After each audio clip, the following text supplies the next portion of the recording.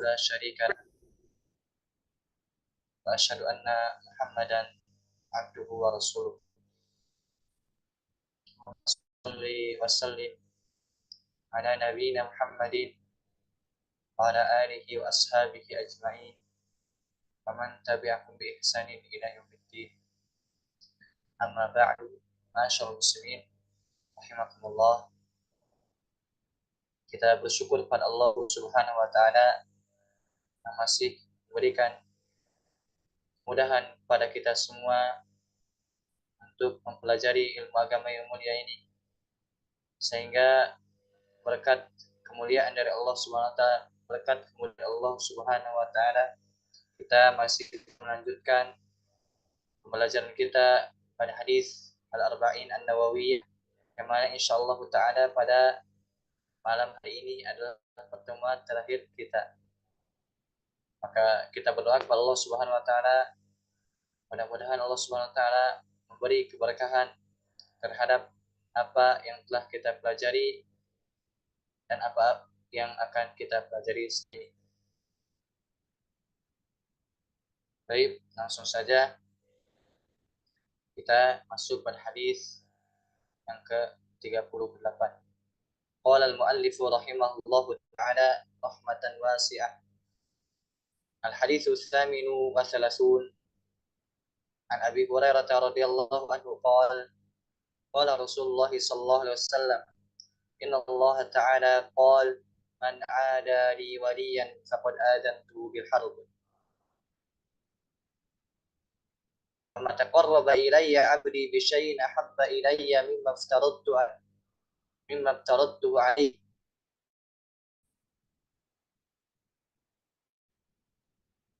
Hadis yang ke-38 dari sahabat Abu Hurairah radhiyallahu anhu beliau berkata, Rasulullah SAW bersabda, Allah Subhanahu wa taala berfirman, dan kita telah bahas sebelumnya bahwasanya ketika ada hadis kemudian disebutkan Allah Subhanahu wa taala, maka ketahuilah bahwasanya itu adalah hadis qudsi atau hadis ilahi. Hadis qudsi adalah hadis yang dinisbahkan kepada Allah secara makna kemudian dilafadzkan oleh Nabi SAW. Jadi hadis qudsi adalah secara makna dari Allah Subhanahu wa taala, sedangkan lafadznya dari Nabi Muhammad SAW. Bedanya dengan Al-Quran, kalau Al-Quran lafaz dan maknanya dari Allah Subhanahu wa taala. Kalau hadis qudsi maknanya dari Allah Subhanahu wa taala, sedangkan lafaznya dari Nabi Muhammad sallallahu alaihi wasallam. Di sini disebutkan di hadis qudsi ini, man ada di waliyan faqad adantuhu bil harb. Yang artinya, barang siapa yang memerangi waliku, maka aku umumkan kepadanya perang. Jadi Allah di sini berfirman, barang siapa yang memusuhi waliku, maka aku umumkan perang bagi orang tersebut, orang yang musuh wali Allah Subhanahu wa taala. Wa man taqarraba ilayya 'abdi bi syai'in ahabba ilayya mimma aftaradtuhu 'alaihi. Dan tidak ada suatu hal apapun yang seorang hamba mendekatkan diri kepada Allah Subhanahu wa taala. Dalam hal ini Allah berkata, seorang hamba mendekatkan diri kepadaku yang mana tidak lebih aku cintai daripada mereka itu mengerjakan apa yang Allah wajibkan. Artinya Allah Subhanahu wa taala berfirman di hadis qudsi ini, ketika seorang hamba melaksanakan kewajiban yang Allah bebankan kepada dia, cukuplah itu mendatangkan rasa cinta Allah Subhanahu wa taala kepada hamba tersebut. Dalam hadis ini, yang insya Allah nanti kita akan sempurnakan hadis ini, ada faedah bahwasanya di antara sifat Allah Ta'ala adalah mencintai. Ya Allah mengatakan di dalam hadis ini, ahabba ilai, berarti Allah Subhanahu wa taala disifati dengan sifat mencintai. Allah Subhanahu wa taala berfirman di dalam Al-Qur'an, innallaha yuhibbul muhsinin. Allah Subhanahu wa taala mencintai orang-orang yang berbuat baik. Innallaha yuhibbul muttaqin. Allah Subhanahu wa taala ayat tadi dan hadis ini kita bisa menyimpulkan bahwasanya salah satu sifat Allah adalah Allah SWT mencintai. Allah mencintai, begitu pun mencintai. Alladzina amanu asyaddu lillah. Orang-orang yang beriman itu sangat cinta kepada Allah SWT. Ini adalah akidah Ahlussunnah wal Jamaah. Di mana akidah Ahlussunnah wal Jamaah menetapkan Allah itu mempunyai sifat mencintai. Kemudian Allah juga dicintai. Wala yazalu 'abdi yataqarrabu ilayya bin nawafil hatta uhibbah. Dan terus menerus hambaku mendekatkan diri kepadaku, kata Allah, dengan amalan-amalan sunnah sampai aku mencintai dia. Jadi sahabat melakukan kewajiban saja Allah cinta kepada dia. Ditambah misalkan kewajiban ditambah dengan nawafil yang sunnah-sunnah, tambah cinta Allah kepada seorang hamba. Juga kita bisa mengambil pelajaran apa? Hendaknya seorang sebelum melakukan yang sunnah, wajibnya perhatikan. Jangan sampai misalkan dia perhatikan yang sunnah, ternyata yang wajibnya bolong. Tidak, itu yang makruh tertib. Karena para ulama mengatakan orang yang sibuk dengan kewajiban hingga dia misalkan tidak bisa melakukan yang sunnah-sunnah, maka dia dimaafkan. Akan tapi orang yang sibuk dengan sunnah-sunnah sehingga ia dari yang wajib, maka dia magrur, tertipu. Karena hukum asalnya apa? Allah SWT mewajibkan kepada kita yang wajib, itu hukum asal. Nah, ada pun setelah itu apa yang sunnah. Nah, seandainya seorang hamba misalkan yang wajib ia jalankan, kemudian yang sunnah ia jalankan, Allah SWT cintai. Bahkan katakan dia adalah wali. Allah SWT berfirman di hadis pertama, di hadis pertama hadis awal itu, barang siapa yang memusuhi waliku, Allah umumkan perang baginya. Artinya apa? Sifat yang akan disebutkan setelahnya itu adalah sifat wali-wali Allah Subhanahu wa taala. Sifat wali Allah yang melaksanakan yang wajib, tadi ditambah apa? Yang sunnah-sunnah. Itu juga kita bisa mengambil faedah bahwasanya wali Allah itu pasti melakukan ketaatan, pasti. Dan wali Allah juga bertingkat-tingkat. Sebagaimana ketaatan itu bertingkat-tingkat, begitupun wali Allah bertingkat-tingkat. Allah menyebutkan di dalam Al-Quran, ala inna awliya Allah la khaufun alaihim wa lahum yahzanun. Ketahuilah, wali-wali Allah itu tidak ada sedihnya, tidak juga ada rasa takut. La khaufun alaihim wa lahum yahzanun. Mereka itu tidak takut, tidak juga bersedih hati. Siapa itu wali-wali Allah? Alladzina amanu wa kanu yattaqun. Ini ciri wali Allah.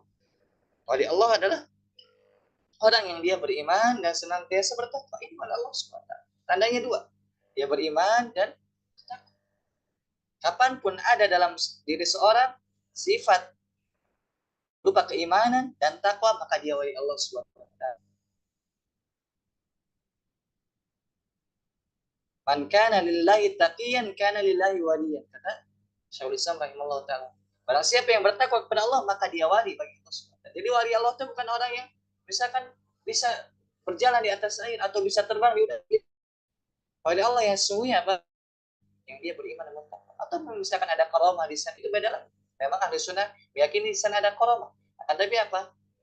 Karamah itu tidak mesti apa? Sesuatu yang aneh-aneh. Karena a'dhamul karamah rusumul istiqamah. Karamah yang paling tinggi adalah seorang bisa istiqamah. Jadi tidak ada syarat bagi wali Allah itu apa dia punya karamah, tidak ada syarat. Karena bisa jadi misalkan orang mengaku mengklaim bahwasanya itu karamah, ternyata itu tipuan dari setan. Dia ditipu oleh setan sehingga setan mengkelabui dia dengan amalan-amalan atau dengan tingkah-tingkah atau perilaku-perilaku yang aneh yang manusia itu tidak bisa melakukan, seperti berjalan di atas air atau terbang di udara. Kemudian setan mengkelabui yang wali Allah. Ya, wali Allah itu tandanya yang jelas dalam Al-Quran, dia beriman dan beramal soleh. Itu pun ketika Allah menyebutkan wali Allah itu beriman dan bertakwa, otomatis keluar dari sana orang gila. Tidak mungkin orang gila menjadi wali Allah. Karena sebagian kaum muslimin meyakini ada wali yang gila. Dari mana akal? Di mana mereka bisa mengambil? Allah mengatakan wali Allah itu beriman dan beramal soleh bertakwa. Dan tidak mungkin orang yang gila itu dia beramal soleh bertakwa, tidak. Bahkan orang gila itu dia tidak dibebani oleh Allah SWT. Orang gila yang hilang akalnya tidak dibebani oleh Allah SWT, tidak dibebani syariat. Dan karena sekali lagi ini menunjukkan salahnya pemahaman. Ada yang mengatakan bahwa wali itu orang gila.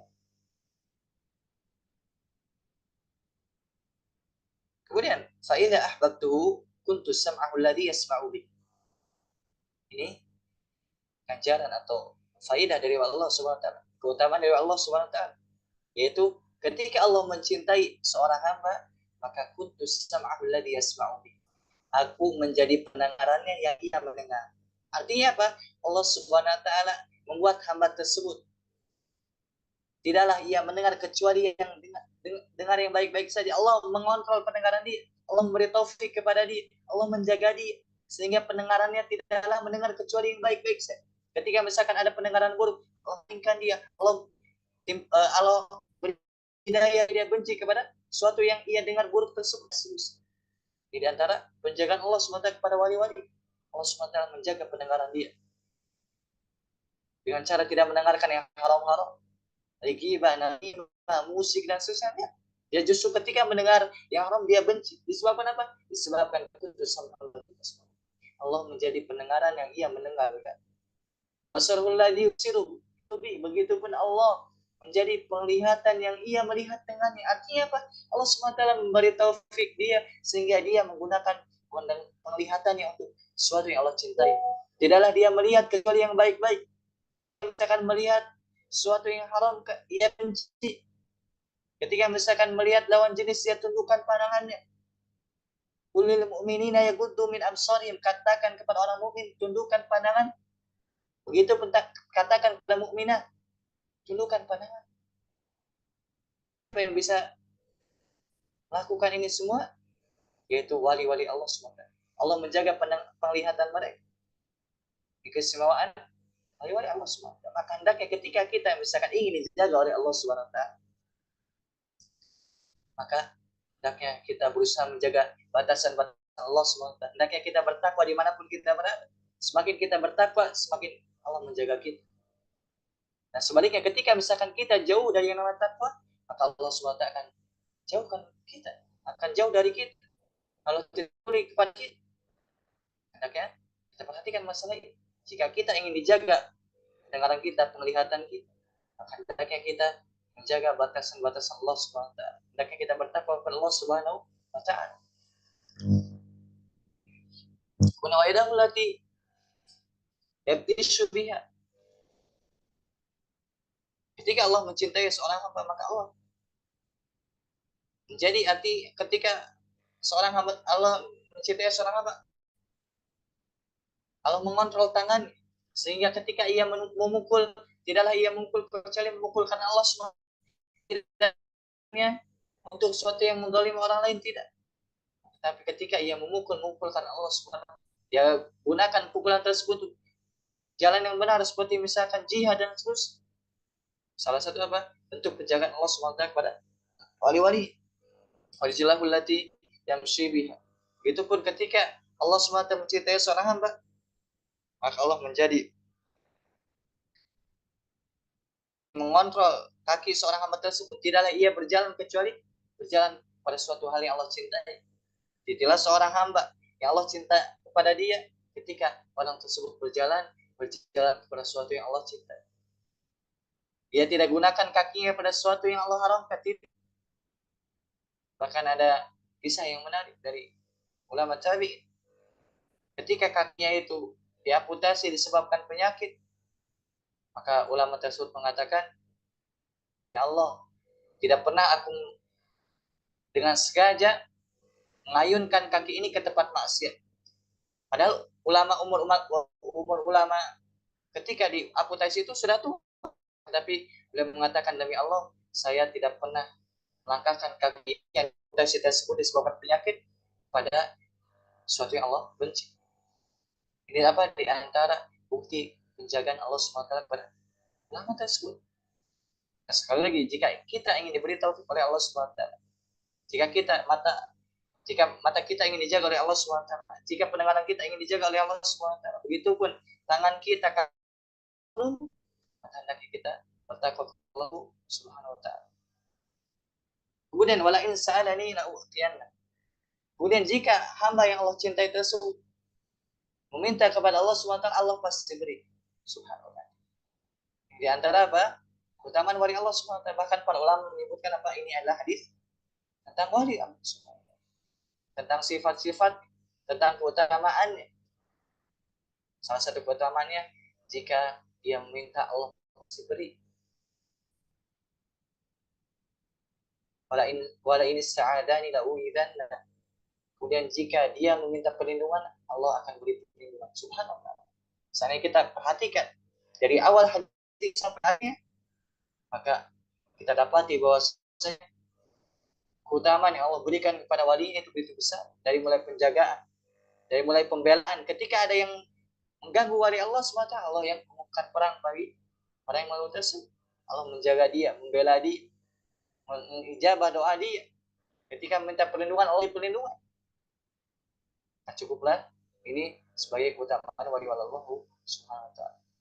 Nah, disebutkan bahwa wali Allah itu dia yang beriman dan beramal saleh. Alladzina amanu wa kanu yattaqun. Dia beriman, kemudian dia juga senantiasa. Dan wali Allah itu la khaufun alaihim wa lahum yahzanun. Tidak bersedih, dia juga takut. Kemudian kita lanjutkan pada hadis berikutnya. Al-hadis utasi wasalasun. Hadis yang ke-39. An Ibnu Abbas radhiyallahu anhu anna Rasulullah sallallahu alaihi wasallam qala inna Allah tajawaza li an ummati al-khata'a wan nisyan wa masuk di Wadah al-Baihaqi. Artinya dari sahabat Ibnu Abbas, semoga Allah meridai beliau dan ayahnya, bahwasanya Rasulullah sallallahu alaihi wasallam bersabda, sesungguhnya Allah Subhanahu wa taala mengampuni bagi umatku berupa kesalahan, sesuatu yang tidak sengaja, begitupun lupa, pun sesuatu yang dipaksa. Subhanallah. Di antara keutamaan yang Allah berikan kepada umat Nabi Muhammad SAW, tidaklah Allah Subhanahu wa taala mengadab atau mencatat bagi dia dosa ketika orang tersebut melakukan dosa disebabkan ia lupa atau disebabkan ia foto tidak tahu atau dia tidak sengaja. Begitu tidak ada dosa bagi orang yang dipaksa. Yang termasuk rahmat dari Allah Subhanahu wa taala kepada umat ini. Allah Subhanahu wa taala menggugurkan dosa bagi orang yang tidak sengaja, bagi orang yang tidak tahu. Jadi misalkan ada seorang misalkan dipaksa untuk mengucapkan kalimat kufur. Kalau misalkan tidak mengucapkannya, maka misalkan dia akan dibunuh. Maka dalam hal ini dia mengucapkan kalimat kufur, maka tapi hati tetap tenang dengan keimanan, maka kalimat kufur tersebut tidak berpengaruh. Allah Subhanahu wa taala mengampuni. Dalilnya adalah hadis ini di antara. Begitupun kisah Ammar bin Yasir. Ketika Yasir disisa ayahnya, disisa ibunya sampai meninggal dunia. Jika giliran Ammar bin Yasir, beliau radhiyallahu anhu dipaksa untuk menyebut kalimat-kalimat yang tidak pantas. Maka Ammar bin Yasir dengan terpaksa mengucapkan kalimat tersebut. Kemudian datang kepada Nabi sallallahu alaihi wasallam, maka turunlah ayat. Itu tentang orang yang dipaksa. Nah, tapi apa hati tetap tenang dengan iman. Maka dalam hal ini begitupun orang yang tidak tahu, misalkan orang yang tidak tahu melakukan dosa, melakukan sesuatu yang haram, maka tidak ada dosa bagi dia. Misalkan orang yang jauh, misalkan di negeri kafir, kemudian dia jauh dari kaum muslimin sehingga dia tidak tahu. Dia misalkan masuk Islam, kemudian dia misalkan makan babi dan dia tidak tahu misalkan babi itu haram, maka pada saat itu dia tidak kena dosa, tidak dicatat baginya dosa. Kenapa? Dia tidak tahu dan dia masuk pada khotob, dia tidak sengaja, dia tidak tahu, jahil. Tapi beda di negeri kaum muslimin. Kalau di negeri kaum muslimin itu tidak tidak utur. Kenapa? Karena ini termasuk perkara yang diketahui oleh kita semua bahwasanya babi itu haram, dan yang lain sebagainya bisa dikias. Itu pun orang yang lupa, misal orang yang lupa, contohnya misalkan sholat zuhur, dia lupa sampai masuk sholat asar dan dia baru ingat ternyata dia belum sholat zuhur, maka dia tidak ada dosa bagi dia. Misalkan lalu waktu sholat zuhur kemudian masuk sholat asar ternyata dia lupa dia belum sholat zuhur, maka seketika itu dia wudhu kemudian sholat zuhur, kemudian setelah itu sholat asar, tidak ada dosa bagi orang tersebut. Begitu pun orang yang tidur, misalnya orang yang tidur dari jam 11 kemudian bangun jam 4, maka dia termasuk dari dimaafkan oleh Allah Subhanahu wa Ta'ala, tidak ada dosa bagi dia. Beda dengan orang yang sengaja misalkan mengulur-ulur waktu sholat, dia sudah tahu misalkan sholat tapi dia tidak sholat dalam waktu zuhur, kemudian masuk waktu asar kemudian dia sholat sholat zuhur, maka dia berdosa. Sebabkan apa? Sebabkan dia melakukannya dengan sengaja. Tetapi jamaah muslimin rahimakumullah, perlu diketahui ini berkaitan dengan hak Allah atau hak hamba dengan Allah. Saya ulangi, di sini berkaitan dengan Allah SWT, berkaitan hak hamba dengan Allah SWT. Artinya apa? Ketika seorang melakukan dosa, melakukan sesuatu kesalahan, maka Allah SWT mengampuni dia. Akan tapi ketika misalkan kesalahan tersebut berkaitan dengan hak orang lain, maka tetap harus ditunaikan. Contoh misalkan orang masuk supermarket misalkan, kemudian dia rusak barang supermarket tersebut, maka dalam hal dosa dia tidak dosa. Kenapa? Dia tidak sengaja. Akan tapi tetap karena ini berkaitan dengan hak makhluk, wajib bagi dia untuk mengganti. Jadi hadis ini berkaitan apa? Dosa atau tidak? Orang yang tidak sengaja tidak dosa, orang yang tidak tahu tidak dosa, orang yang lupa tidak dosa, orang yang dipaksa tidak dosa. Akan tapi jika berkaitan dengan hak makhluk, wajib bagi dia tetap mengganti. Apa? Misalkan anak kecil, yang anak kecil itu apa? Mereka itu belum ditaklif, belum dikenakan beban oleh Allah Subhanahu wa Ta'ala. Tapi ketika merusak barang orang lain, wajib mengganti. Jadi ada kaidah bahwasanya apa? Berkaitan hak orang lain, berkaitan hak adami, maka wajib ditunaikan, mau disengaja ataupun tidak sengaja, lupa atau tidak lupa, dipaksa atau tidak dipaksa, tetap wajib harus diganti.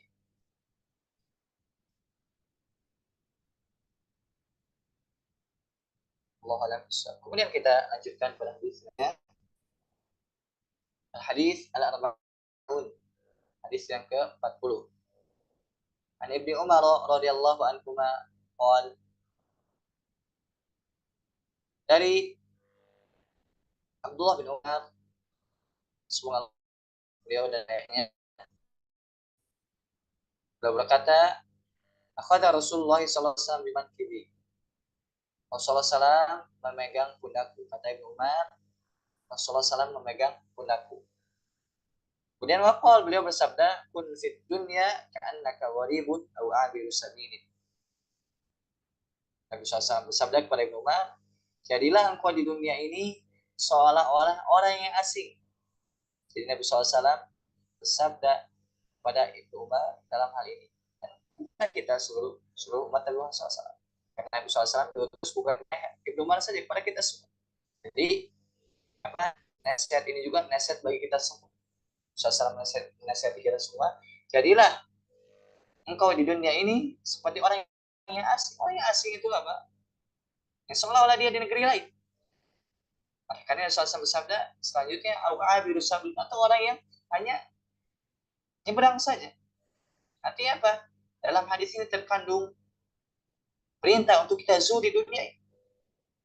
Nabi SAW mengatakan, hendaknya kita di dunia seperti orang asing. Orang asing itu apa? Orang yang jauh dari negeri asli. Kenapa? Karena negeri asli kita di mana? Di surga. Karena kita ketahui bersama bahwasanya ayah kita Adam alaihissalam adalah di surga asal. Nah, tapi disebutkan beliau berbuat dosa, maka Allah Subhanahu wa taala menurunkan beliau ke bumi. Jadi bumi, ibaratnya kita asing di bumi. Karena kampung halaman kita yang semula surga. Karena Rasulullah memberi nasihat, ya, kamu di dunia ini sebagaimana orang yang asing.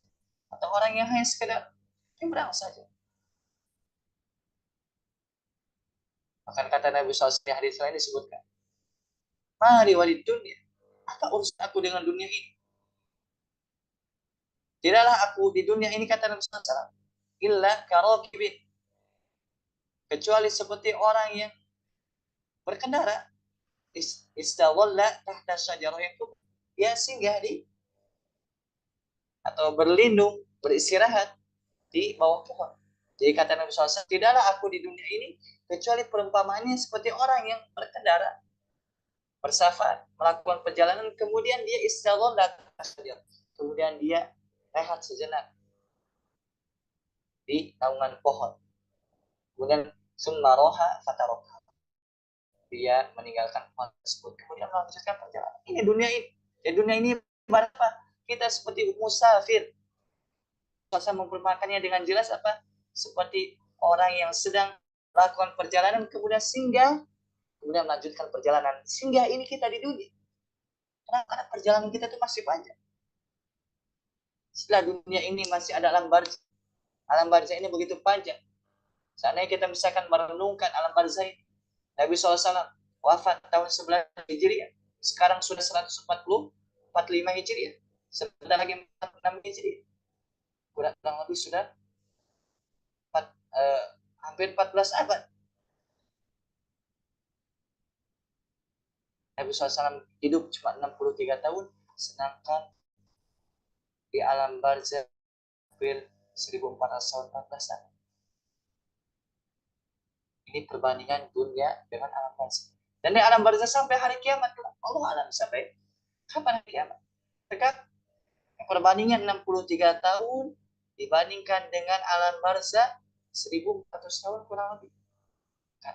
Ini belum ada apa-apa. Belum lagi alam barzah itu ada. Pada masa disebutkan apa? Satu hari yang seperti 30.000 tahun.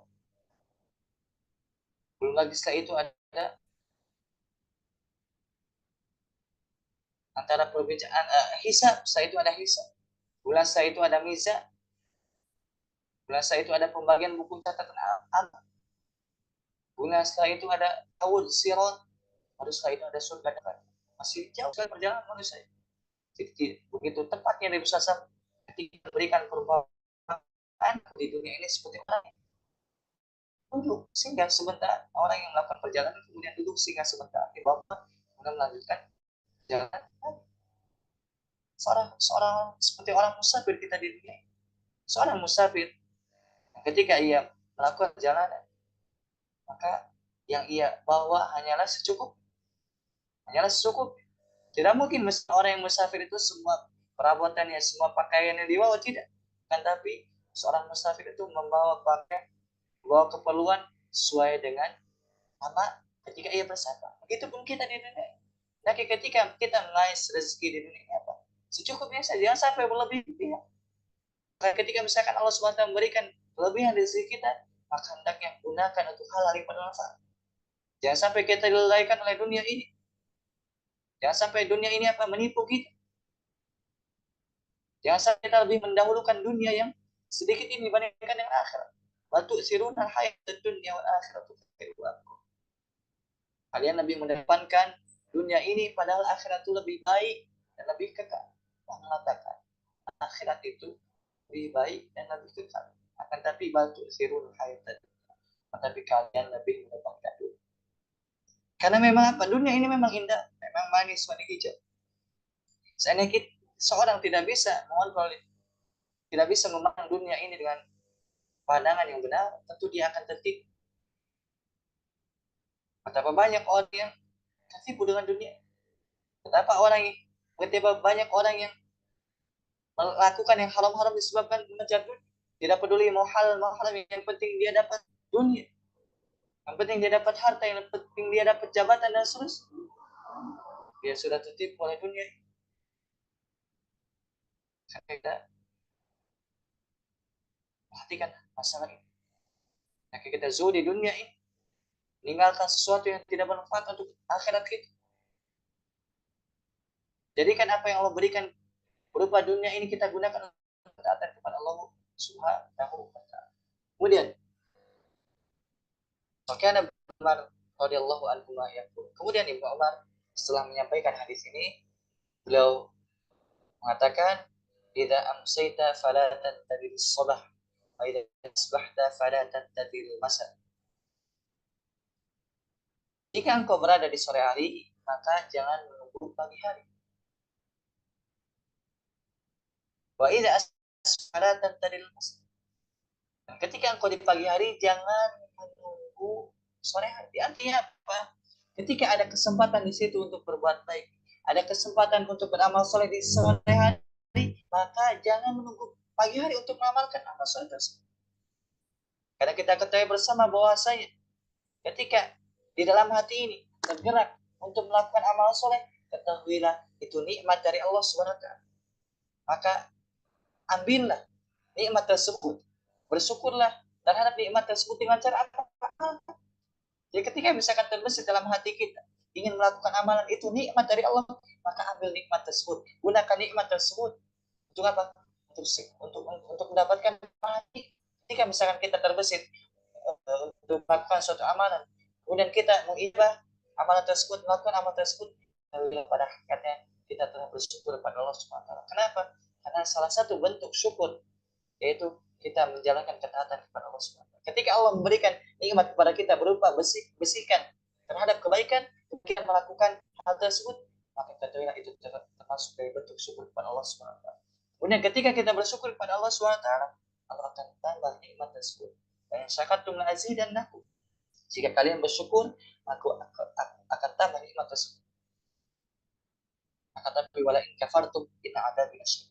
Tetapi jika kalian kufur, maka ketahuilah adabku begitu.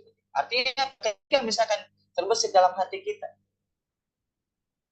yaitu taufik dari Allah, hidayah dari Allah untuk melakukan kebaikan, kemudian kita tidak bersyukur, malah kufur, yaitu dengan cara tidak melakukan amal ketaatan tersebut, maka bisa jadi Allah mencabut bisikan baik tersebut, kemudian Allah tidak mendatangkannya di hari kemudian. Karena betapa banyak misalkan kita terbesit dalam hati kita untuk beramal, kemudian kita tunda sampai suatu saat kita tidak bisa mengamalkan. Berbeda misalkan di sana, ketika kita mendengar atau ketika terbesit dalam hati kita suatu kebaikan, kemudian kita mengamalkannya, maka akan terbuka pintu-pintu kebaikan yang lain. Maka penting bagi kita, ketika misalkan ada kesempatan untuk beramal, maka segera beramal. Ketika di sore hari, lakukan di sore hari, jangan di pagi hari. Begitupun ketika di pagi hari, langsung kerjakan, jangan sampai nunggu sore hari. Karena kita tidak ketahui bahwasanya kita tidak tahu kapan ajal kita datang. Bisa jadi misalkan ketika kita mengijabah bisikan hati tersebut berupa kebaikan, jadi kita meninggal dunia adalah mengerjakan kebaikan tersebut. Maka itu satu nikmat yang besar. Kemudian wa khudh min sihatika li maradika. Kemudian kata Umar, gunakanlah waktu sehatmu sebelum waktu sakit. Jadi kata Ibnu Umar, menasihati kita semua, hendaknya kita mempergunakan waktu sehat kita untuk ketaatan kepada Allah SWT. Kenapa? Kalau misalkan sudah datang rasa sakit, sudah datang sakit, maka apa? Ibadah pun terasa sulit. Jangan sampai misalkan ketika kita sehat, tidak beribadah kepada Allah SWT, malas-malasan, tapi ketika sakit misalkan kita baru menyesal. Angan-angan misalkan ketika orang sakit, duhai seandainya saya sehat, saya akan manfaatkan waktu tersebut untuk taat kepada Allah SWT. Tapi sudah berlalu, waktu sehat sudah berlalu, sekarang tinggal rasa sakit. Berbeda ketika orang misalkan sehat, sibukkan diri dengan taat kepada Allah SWT. Maka ketahuilah ketika ia sakit, ia akan mendapatkan pahala secara sempurna. Anak ulangi, ketika seorang sehat, terus menerus sampai taat kepada Allah, kemudian dia sakit, maka kebiasaan yang ia lakukan ketika sehat itu, maka dia tetap dicatat meskipun ketika sakit dia tidak lakukan. Sebagaimana kata Nabi SAW, seorang misalkan melakukan punya rutinitas kebaikan, maka kutip makana mungkin masuk.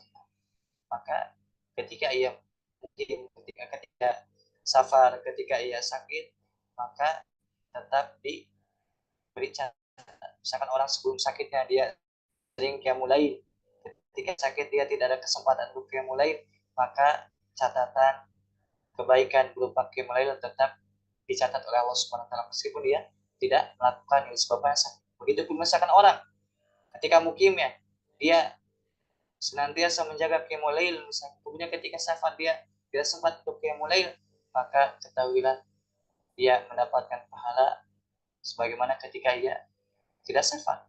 Dia mendapatkan pahala qiyamul lail. Begitu pun amal soleh lainnya bisa di. Kemudian wa min hayati kalimautik.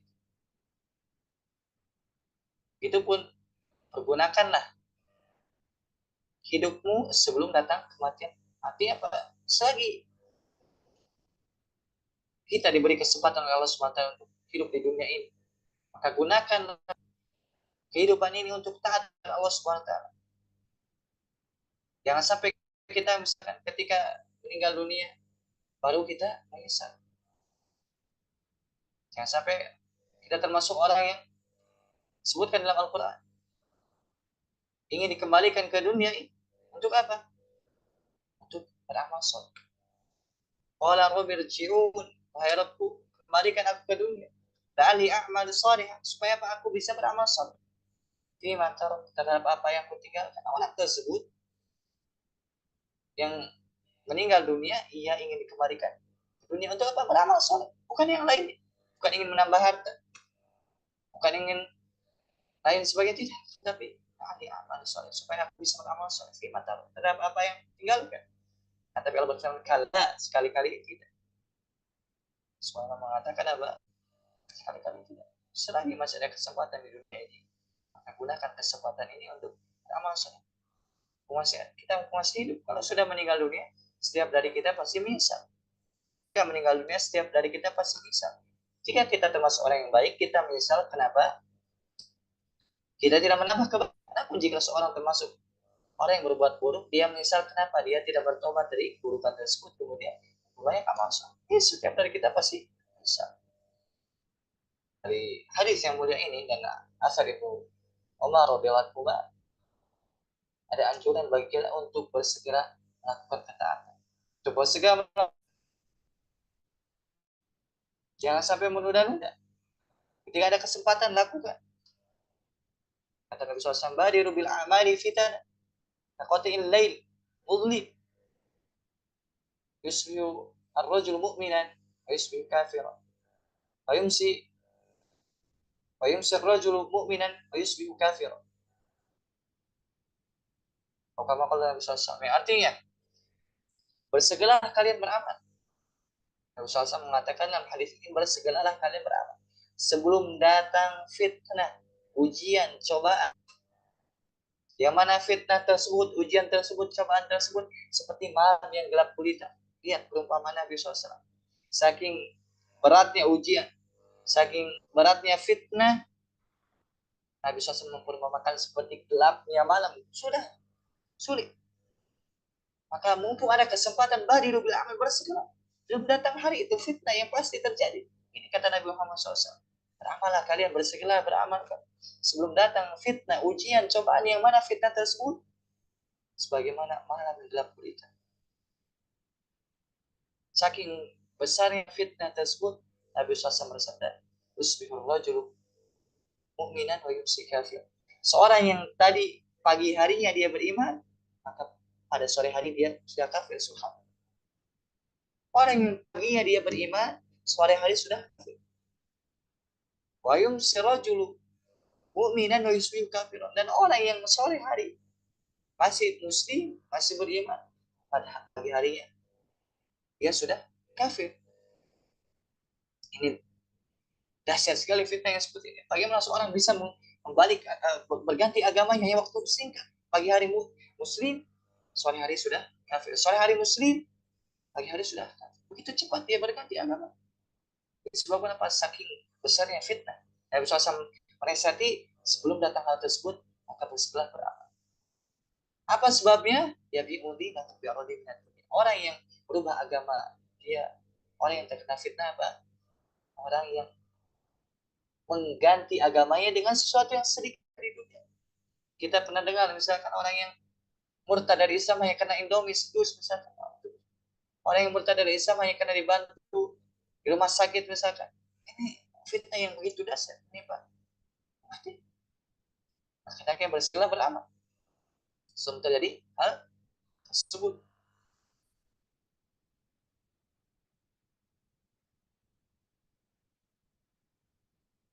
Kemudian kita lanjutkan pada hadis selanjutnya. Al-hadithul hadi wal arba'un. Hadis yang ke-41. Nabi Muhammad Abdullah bin Amr bin As radhiyallahu anhu, dari Abu Muhammad Abdullah bin Amr bin As, semoga Allah meridai beliau dan ayahnya, beliau berkata, qala Rasulullah sallallahu alaihi wasallam, la yu'minu ahadukum hatta yakuna hawahu taban lima ji'tu bi. Tidak beriman kalian, artinya tidak beriman dengan keimanan yang sempurna, hatta yakuna hawahu taban lima ji'tu bi, sampai ingin disebutkan hawa. Hawa itu ada dua. Hawa nafsu berupa kebaikan dan hawa nafsu berupa kejelekan. Jadi para ulama menjelaskan bahwasanya apa hawa itu? Hawa itu ma tamilu alaihi nafsu, yang mana jiwa condong kepadanya. Jadi hawa itu apa? Jiwa condong kepadanya. Dan jiwa ini apa? Bisa condong pada dua hal. Bisa condong kepada kebaikan, bisa condong kepada keburukan.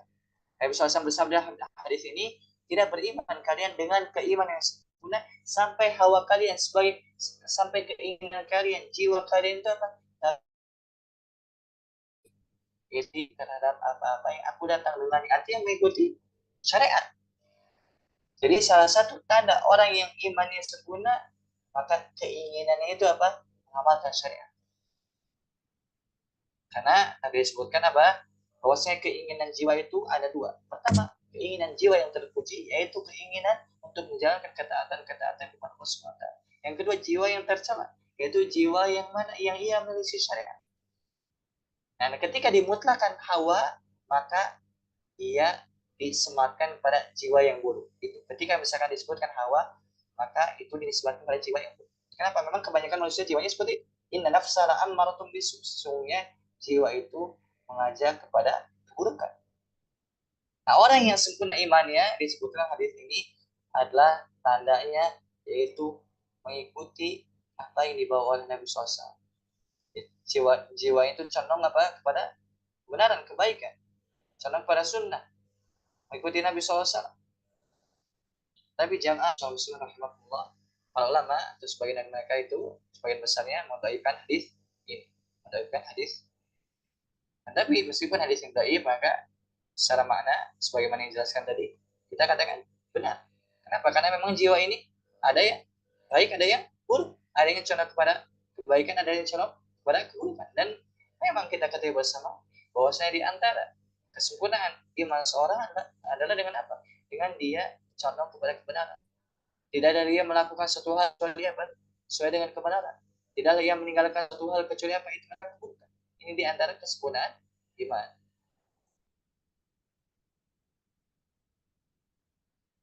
Dalam hadis ini juga apa? Kita bisa mengambil pelajaran apa?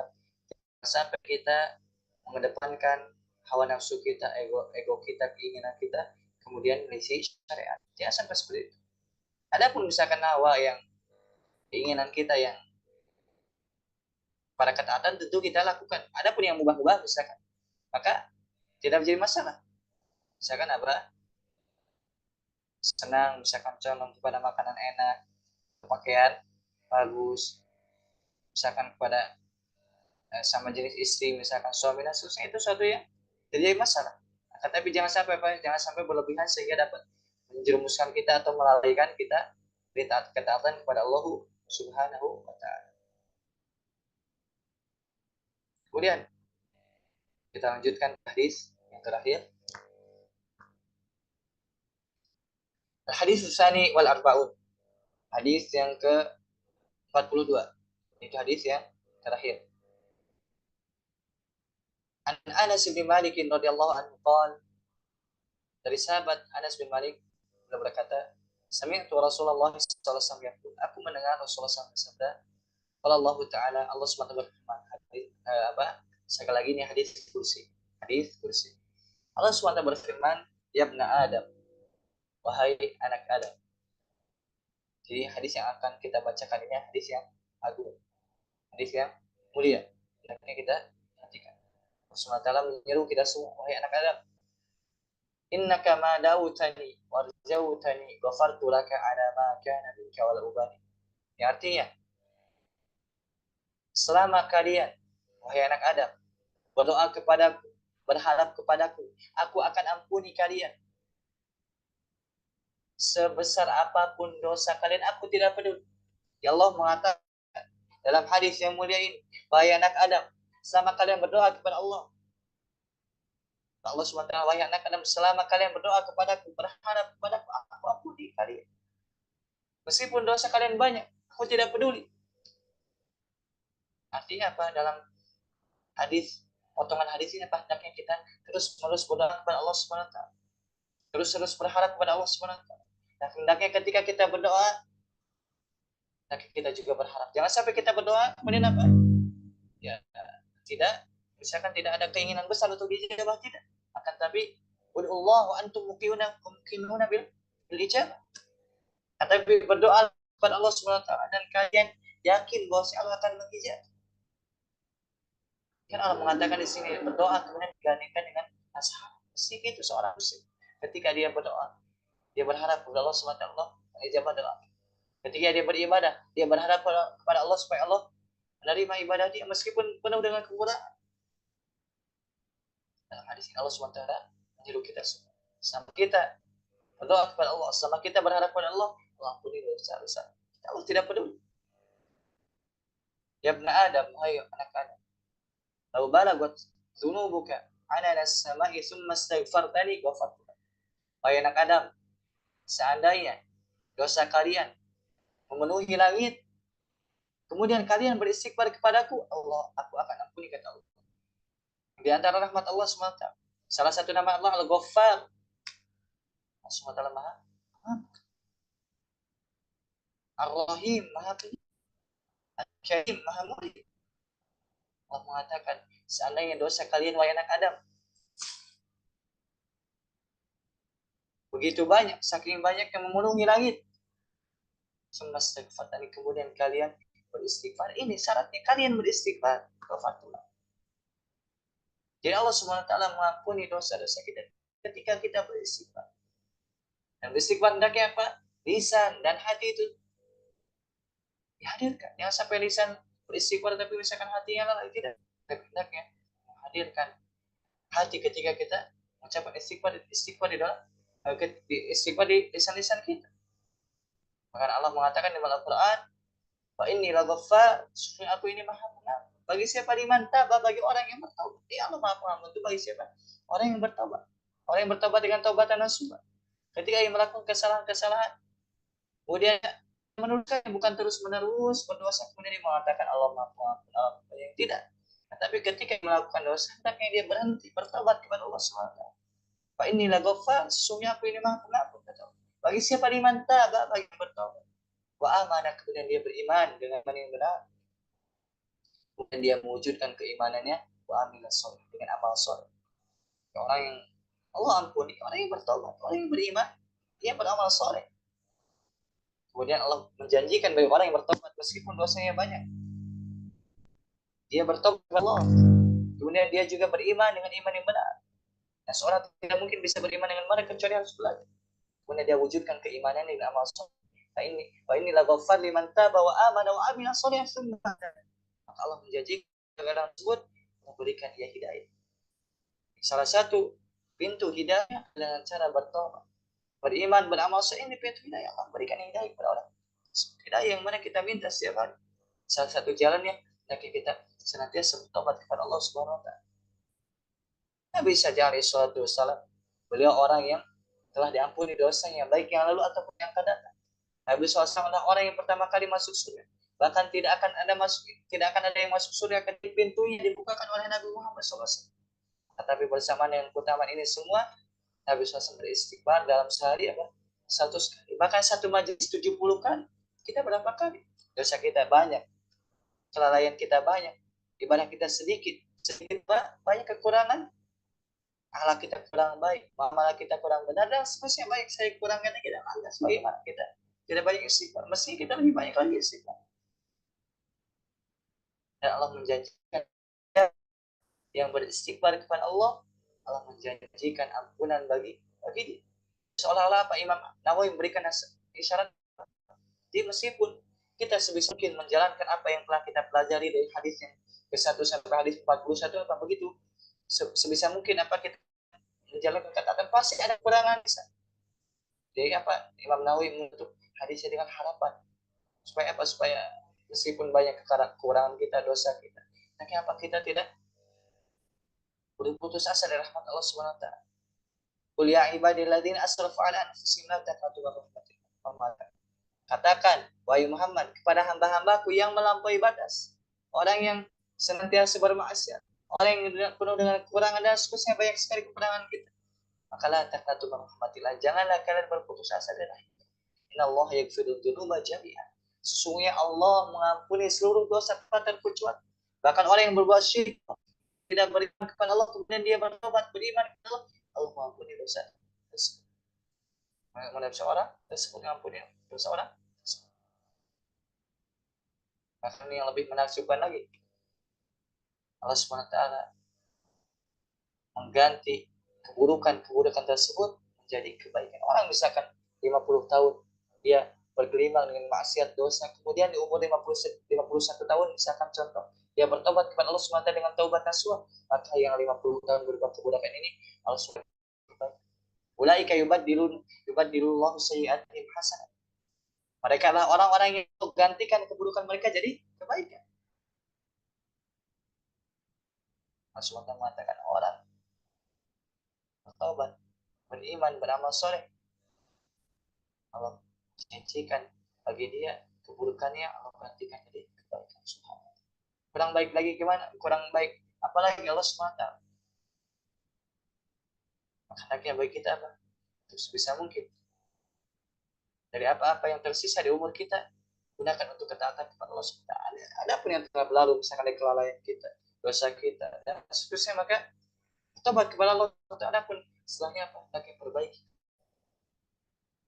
Nah, tadi ketika seorang memperbaiki sisa umurnya, maka apa-apa yang berlalu Allah SWT akan ampuni. Misalnya dia tobat dengan tobatan nasuh. Kemudian, ya ibna Adam, wahai anak Adam, innaka law atani bi qurabil al-khataya thumma laqitani la tusyriku bi syai'an la ataituka bi qurabil. Wahai anak Adam, seandainya kalian mendatangi, artinya kita datang pada Allah dalam keadaan meninggal dunia. Kita meninggal dunia datang kepada Allah SWT. Bi qurabil al-khataya, kemudian membawa dosa sepenuh bumi. Saking banyaknya Allah mengatakan jika kalian mendatangi, artinya ketika meninggal dunia, kemudian kalian membawa dosa sepenuh bumi, kemudian kalian menjumpaiku dalam keadaan tidak mengikutukanku dengan sesuatu, ataitu kabi qurabi, aku akan datang kepada kalian dengan seluas bumi ampunan. Artinya apa? Besar apapun dosa seseorang, kemudian dia meninggal dunia, asalkan dosa tersebut bukan dosa syirik, maka Allah SWT akan mengampuni dia. Berbeda dengan orang yang meninggal dunia, kemudian dia mengikuti Allah, tidak ada harapan bagi dia untuk diampuni oleh Allah SWT. Berbeda orang muwahhid, orang yang bertauhid. Ketika ia misalkan berbuat dosa, masih ada kesempatan diampuni oleh Allah SWT. Dengan salah satu keutamaan tauhid, yang mana keutamaan tauhid ini akan menghapus dosa-dosa yang saya lakukan. Berbeda dengan orang yang berbuat syirik kepada Allah SWT, maka tidak akan mengampuni orang. Innahu man yusyrik billah faqad harrama Allahu 'alal jannah wa ma'wahu an-nar wa man lidh-dhalimin min ansar. Allah Subhanahu wa taala, barang siapa yang menyekutukan Allah, maka Allah mengharamkan bagi dia surga. Ketika Allah mengharamkan bagi dia surga, itu tempat kembalinya neraka. Wa ma'wahu an-nar, tempat kembali dia neraka. Wa man lidh-dhalimin min ansar. Dan bagi orang zalim itu tidak ada penolong. Tapi apa? Ayat ini ditujukan bagi orang yang syirik dunia belum bertobat. Adapun orang yang membuat syirik kemudian dia meninggal dunia atau sebelum ia meninggal dunia ia bertobat kepada Allah, beriman, maka perbuatan dosa syirik tersebut diampuni oleh Allah Subhanahu wa taala.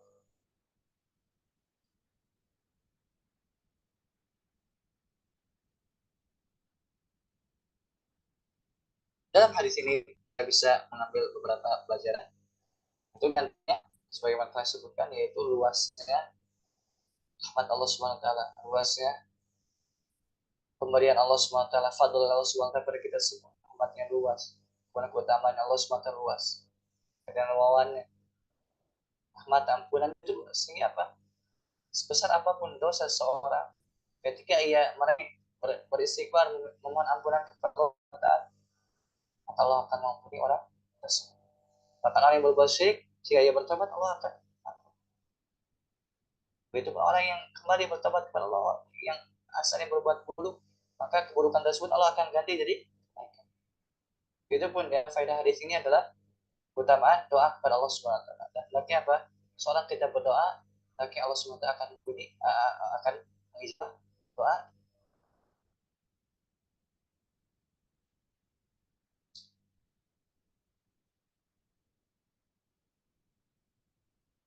Kemudian selanjutnya, faedah hadis ini adalah bahwasanya manusia itu tidak kesalahan. Artinya apa? Manusia pasti melakukan salah.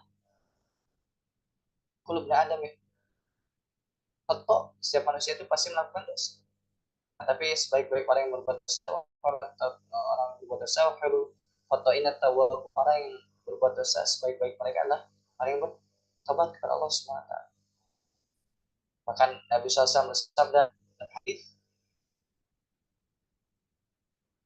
bahwasanya laula tudzibun, seandainya kalian tidak berdosa, adzaballahu bikum, niscaya Allah akan musnahkan kalian. Seandainya kita misalkan seluruh manusia tidak berdosa, Allah akan memudahkan kita.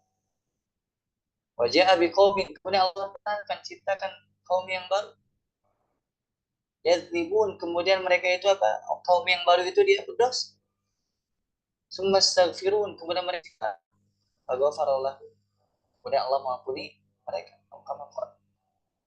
Jadi dalam hadis ini mengatakan apa? Seandainya kita tidak berbuat kesalahan, berbuat dosa, maka ganti kita, kemudian ganti yang baru, yang mereka itu umat baru itu berdosa, kemudian beristighfar kepada Allah SWT, kemudian Allah mengampuni mereka. Kenapa? Dengan istighfar ini terwujud nama Allah Al-Ghaffar. Dengan istighfar inilah terwujud nama Allah Ar-Rahim, Ar-Rahman, Al-Karim, ya seterusnya. Hendaknya bagi kita tidak berputus asa dari rahmat Allah SWT. Jika misalkan kita berusaha untuk taat kepada Allah SWT, kemudian jatuh, terjumus ke maksiat, bangkit lagi.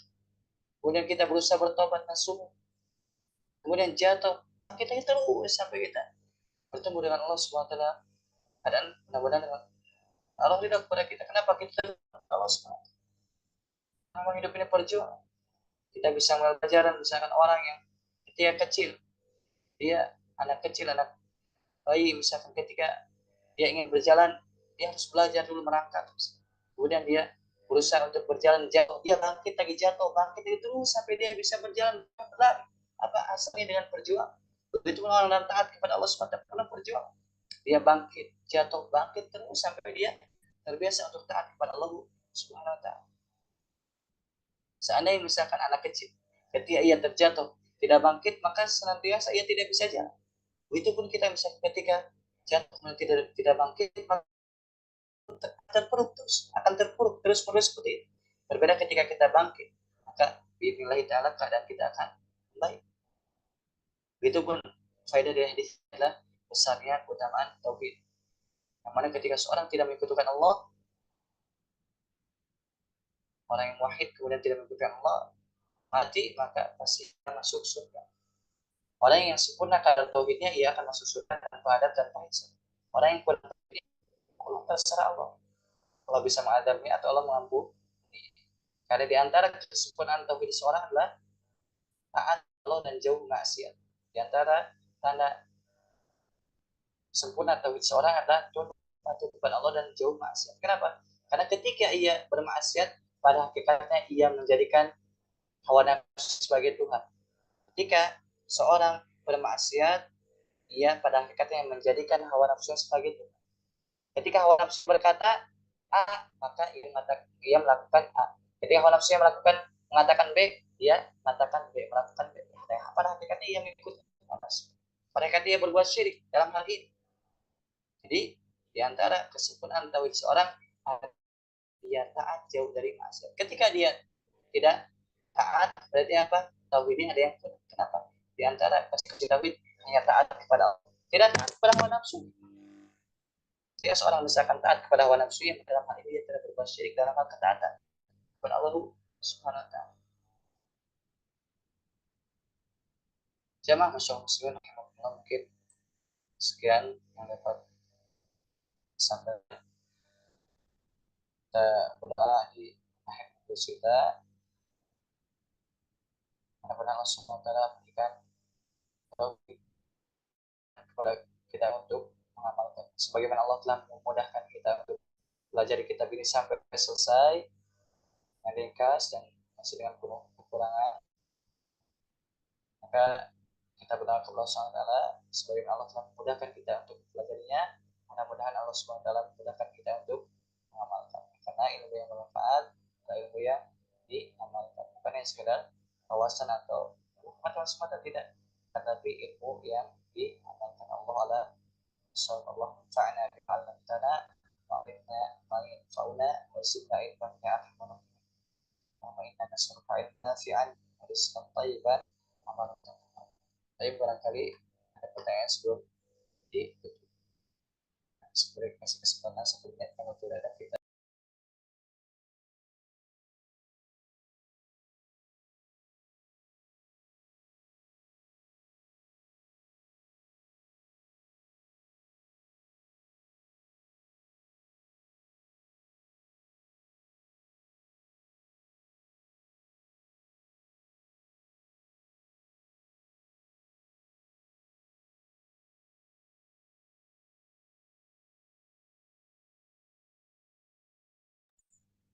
Jika tidak ada, maka kita tutup saja. Kalau misalkan nanti ada dulu, tidak. Jadi kalau misalkan ada kekurangan atau nasihat, pemasukan atau kekeliruan, maka bisa disampaikan secara pribadi ke anak. Kemudian, karena kita maaf. Jika ada benarnya itu semua data dari Allah SWT, dan jika ada dasarnya itu dari dan dari syaitan, Allah SWT terbebas dari itu semua. Allah wa bihamdika asyhadu an la ilaha illa anta astaghfiruka wa atubu ilaik. Assalamualaikum warahmatullahi wabarakatuh.